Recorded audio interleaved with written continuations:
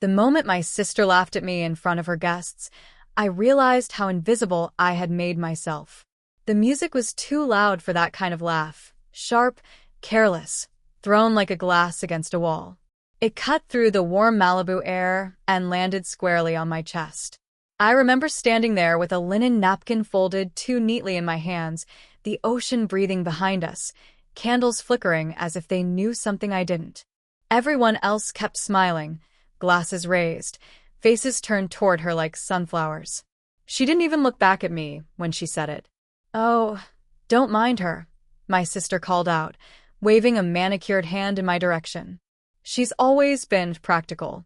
Not exactly Malibu material." The word practical drew another ripple of laughter. Someone clinked a glass. A man in a white blazer nodded like he understood something about me. I felt my cheeks warm, not from the fire pits lining the deck, but from the slow, familiar burn of being made small. I smiled anyway. I always did. That night, the Pacific smelled like salt and citrus. The wind carried the sound of waves and expensive conversations, investments, film festivals, someone's vineyard in Napa.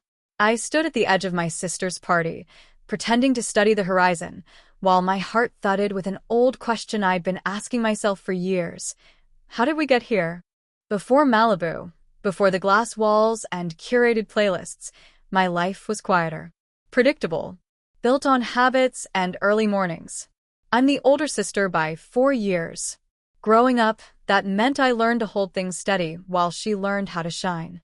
Our mother used to say I had old eyes, the kind that noticed bills on the counter and the way our father's shoulders slumped when he came home from work. My sister, Lily, had eyes that caught light. She could walk into a room and make it warmer without trying. After college, I took the job that made sense. Finance. Numbers didn't judge you. They lined up or they didn't. I liked that. Lily moved to Los Angeles with a suitcase and a laugh that sounded like she'd already won. We stayed close, in the way siblings do when love is real, but lives are different. I visited when I could. She called when she needed reassurance or rent money. I sent checks quietly, never making a show of it.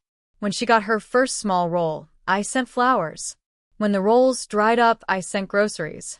By the time she married Evan, a man with perfect teeth and an even more perfect confidence, I was well into my career.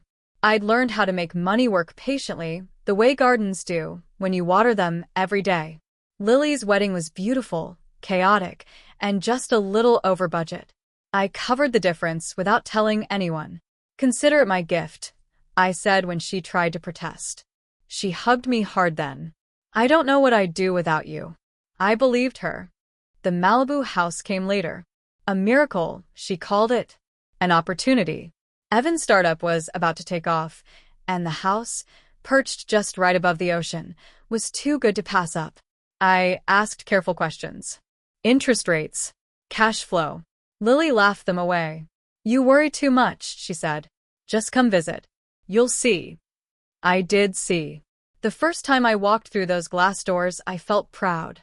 Proud of her. Of us. The floors were cool stone, the walls bare but promising. I noticed what she didn't. The rushed repairs, the optimistic timelines, the way Evan avoided specifics. When they asked for help bridging a temporary gap, I said yes, without hesitation. It wasn't temporary, but I told myself it was fine. Over the years, the parties grew bigger. The guest lists more selective. I became a background figure. A reliable presence with sensible shoes, and a willingness to help. I paid for caterers when checks bounced. I introduced Evan to a friend who specialized in turnarounds. I signed papers I didn't fully explain, trusting blood over ink. And Lily? She grew sharper, witty in a way that sometimes nicked. She'd tease me about my hair, my clothes, my job. "You still in spreadsheets?" she'd ask, laughing. "Gott, IDD." I laughed too. It was easier than explaining that spreadsheets had built the very deck she was standing on.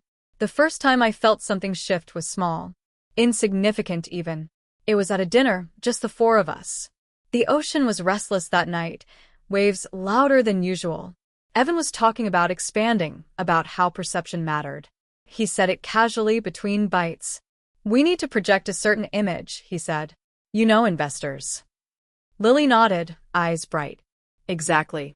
Malibu isn't forgiving. She glanced at me then, not unkindly, just assessing. Maybe next time you could dress it up a bit?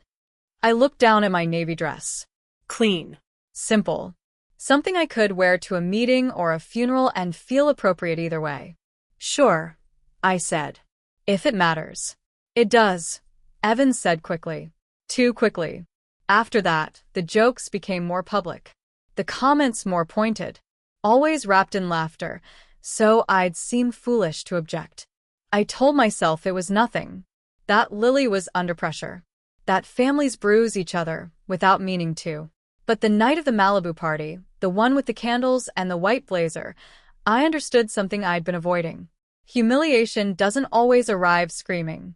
Sometimes it comes smiling, holding a glass of champagne, assuming you'll stay quiet like you always have. As the laughter faded and the music swelled again, Lily raised her glass to make a toast. She thanked everyone, friends, collaborators, supporters. Her eyes skimmed past me like I was part of the furniture. I felt a strange calm settle over me then. Not anger. Not yet. Just clarity, sharp as the night air. I looked around at the house, at the lights, at the people who thought they knew whose dream this was. And for the first time, I wondered what would happen if I stopped being invisible.